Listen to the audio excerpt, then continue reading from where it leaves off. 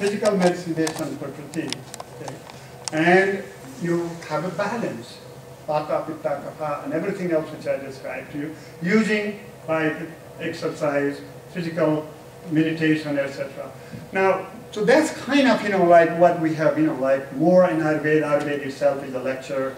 At the time, doesn't permit me to go into the detail. In addition to the Vedas, Atharva Veda and Yoga, there's a description of health in Upanishads. And each Upanishads, can I go to the next slide, please?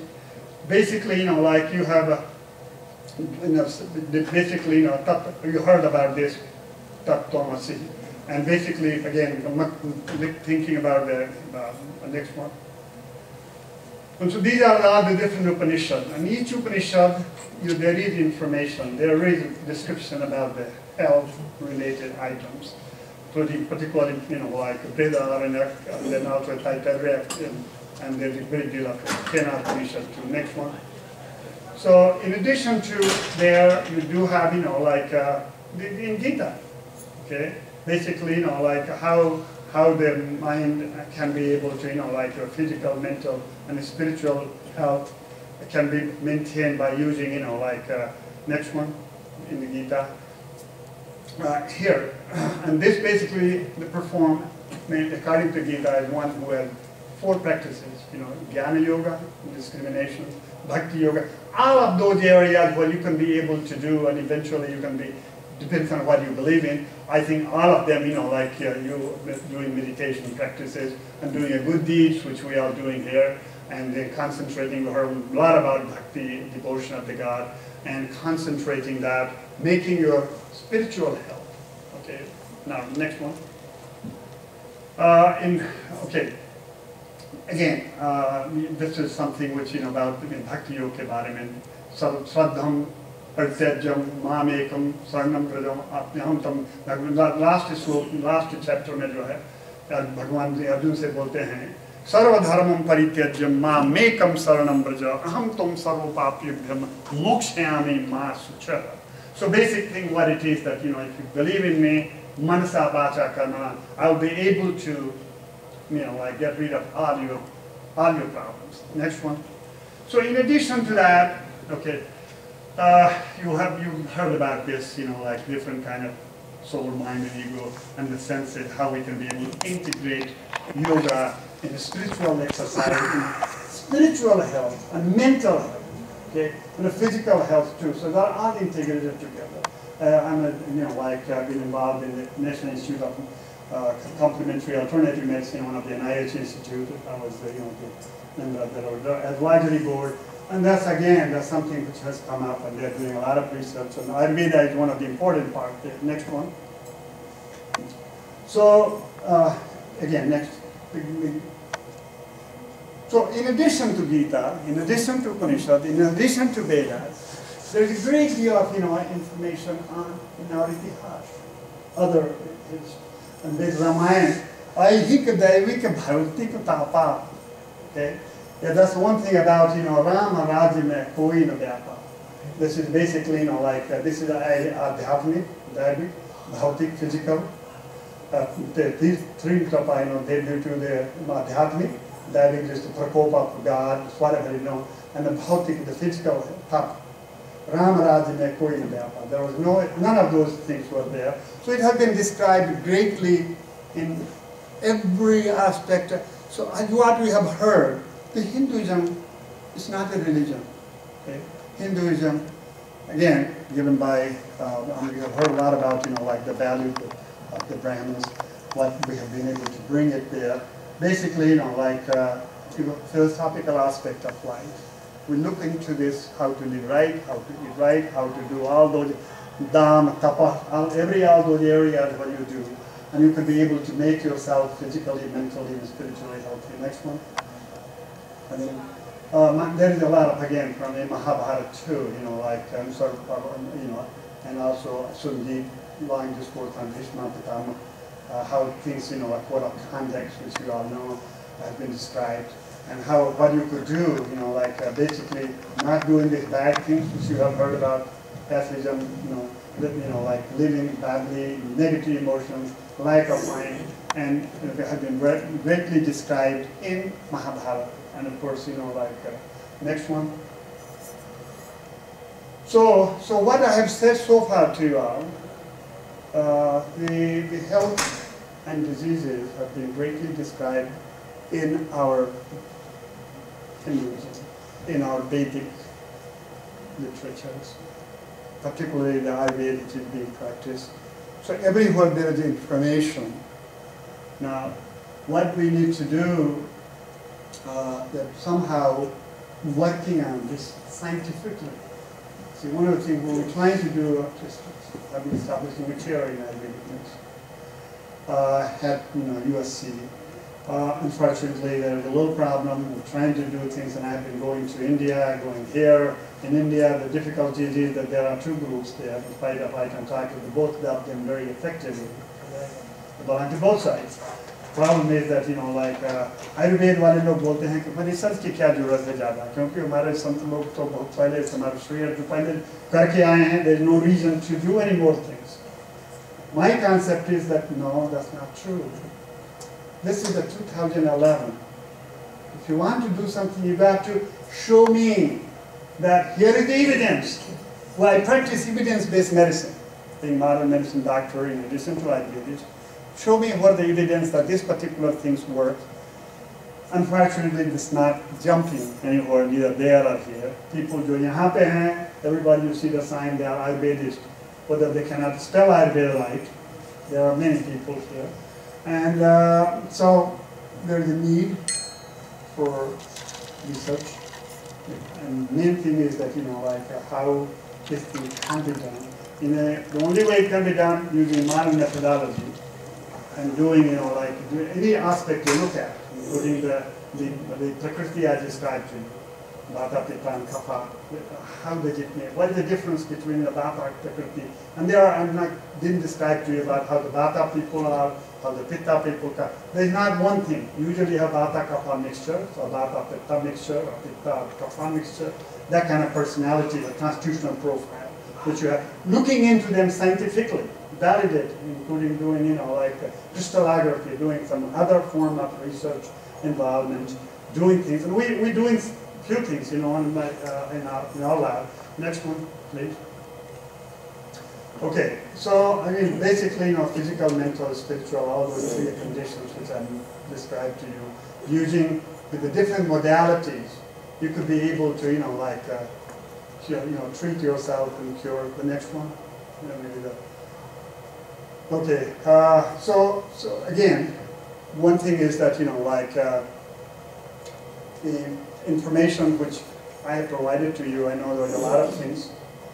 And I felt that one thing you can remember, that there is a very rich history about the health and diseases in our Ayurvedic system, as well as the Hinduism. Yeah, I know. I thought you. So anyway, I think I have really gone a little fast because he didn't give me the time, so that I had to cut it out. Now I've followed his instructions very nicely, and it's a challenge which we have to work on it. But what it is, contribution of the Brahmins, everything which I just said, Veda, Puranas, Upanishads. I didn't say about Purana today, in this one, but there is discussion in Puranas.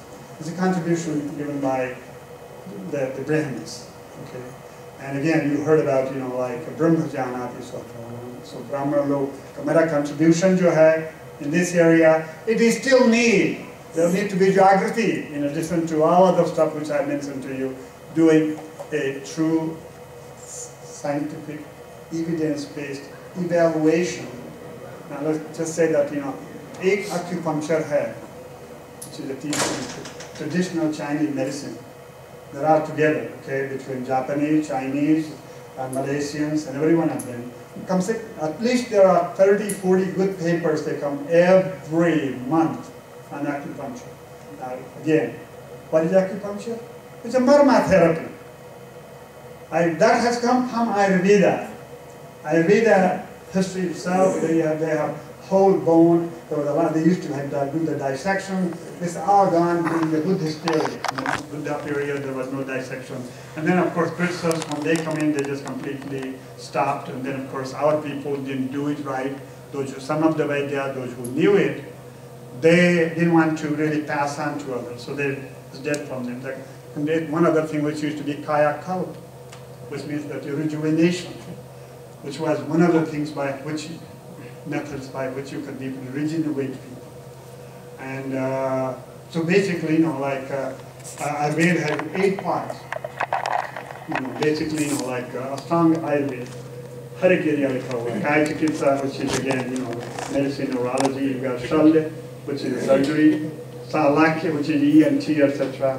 Then you have the Bhuta Vidya, and then you have, which is the parapsychology, psychology, and of course, Rasayana.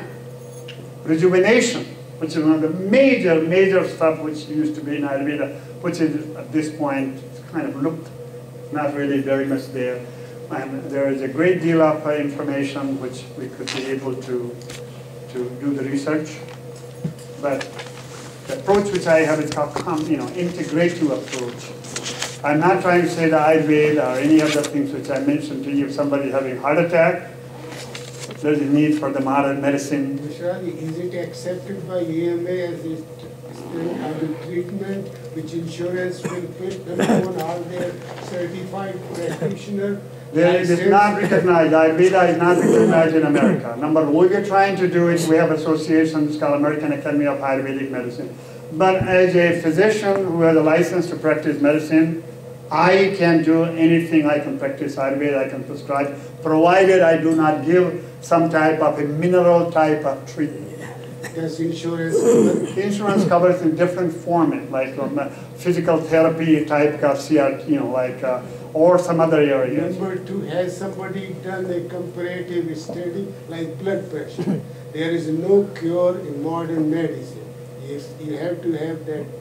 But there's no study. Life are you with the cure for all? Is there a comparative? There have been studies done about using yoga, using panchakarma, using various type of therapy where you can reduce the blood pressure.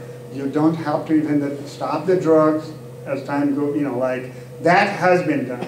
But I'm not really proponent. I don't want you guys to take a message from here that Ayurveda TCM can cure. I call it integrative medicine. Remember the term. Particularly. I'm just saying that Ayurvedic medicine versus allopathic medicine. Is there that this Ayurvedic can cure blood pressure? Allopathic cannot. Is there any comparative? But that's what I'm saying to you. There has been trial. Now, first of all, using that this can decrease the blood pressure. I'm not saying that, it can cure. The modern medicine or Ayurvedic medicine, they're curing the disease. But what I'm saying, the utility of Ayurveda is not in acute and emergent medicine. Okay? There's a need for that in a person who has a chronic conditions. If you've got rheumatoid arthritis, Ayurveda is very helpful. We're using massage therapy, panchakarma therapy, Mahanarayana, tel, and few other other things which you can be able to give. And using, so that's a helpful. If somebody having blood pressure and other stuff, stress, etc., you could be able to help by using yoga and Ayurveda combination, where you can be helped. But not just doing alone. So if you got integrative, my approach is integrative medicine. Modern medicine, Ayurvedic medicine, or homeopathy, whatever, if you are knowledgeable in that field, that has some utility. But it's not something in 2011.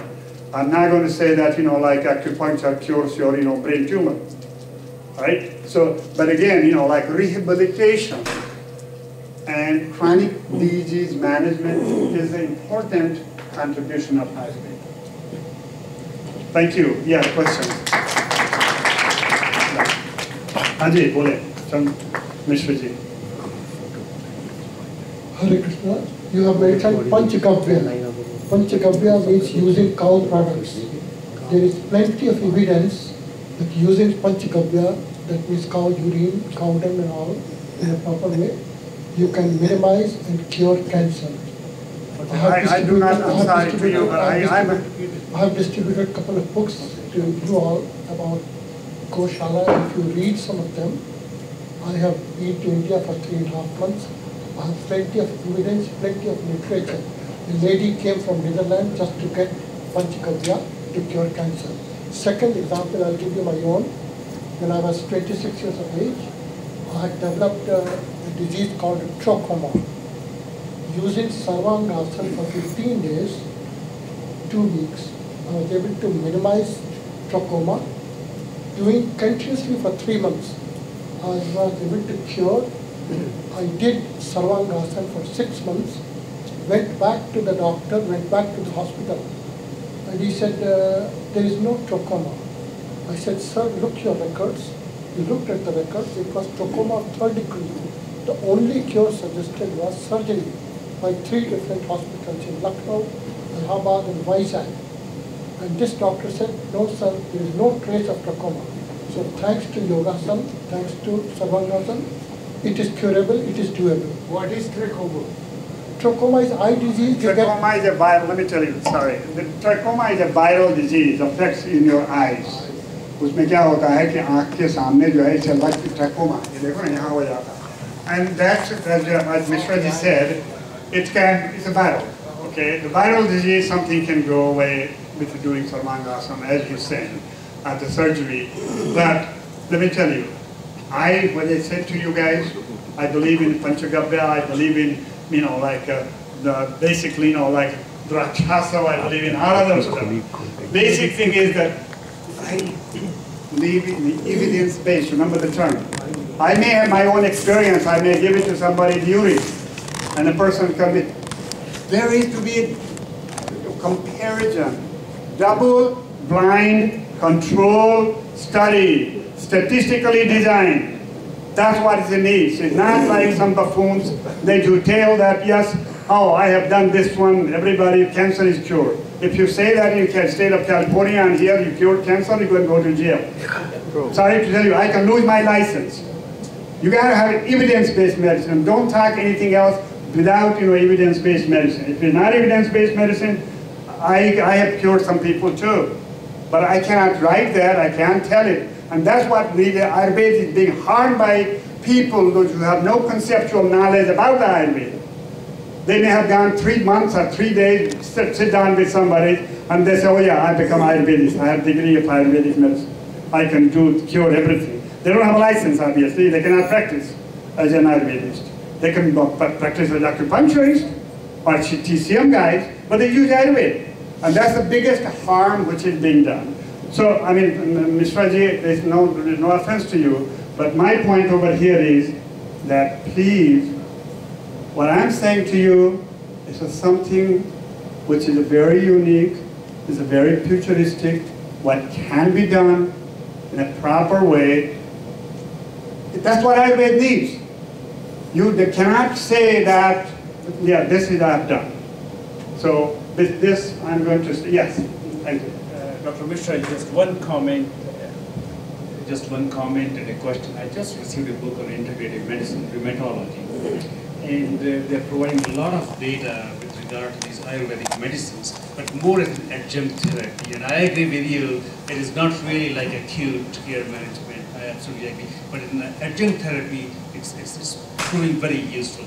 Now, I have a question for you, and that's, I was listening to Murli Manohar Joshi one time, and he mentioned that immunization was invented in India. Brahmins were practicing immunizations long before, and a description of that is by some Britisher. They observed first time immunizations being practiced by Brahmins in India, and they picked up that idea, and that's how it reached Jenner and those kind of things in relation to cowpox. Do you find any mention of that in Ayurveda? No, let me just say that I have studied Ayurveda, I still follow up. I mean, there's no documented information per se for the immunization which has come from Ayurveda. There are a lot of historical stuff. The first antihypertensive medicine which came to this modern medicine is Raufia serpentina, which is ashwagandha. ashwagandha, and there are many other stuff which is historical, and I've written up all of them, like on this aspect. However, what I just said, there need to be more scientific. Yes, rheumatology, Bacteria, Sarata, which is one of the things which is given orally, which has decreased, like a person with rheumatoid arthritis, but using others. They are also using, but they have done comparative studies where one group didn't get the Ayurvedic medicine, they only got the modern medicine. The other group, they got both. And therefore, they have shown some improvement in quality of life. So that's another evidence-based medicine. And that's what, Okay, I know I'm going to kick out here before. Thank you. He will continue his session after a tea break, and I have a few things to announce. But the next session is going to be very important. A lot of the people we hear, even in the valley here, having a stroke, and even a split seconds of bad judgment on anybody's part, not knowing how to respond to a patient or someone who's going through a trauma of a stroke is going to be fatal. So I hope we get to know what are some of the symptoms and what we can do to help the patient who's going through a stroke.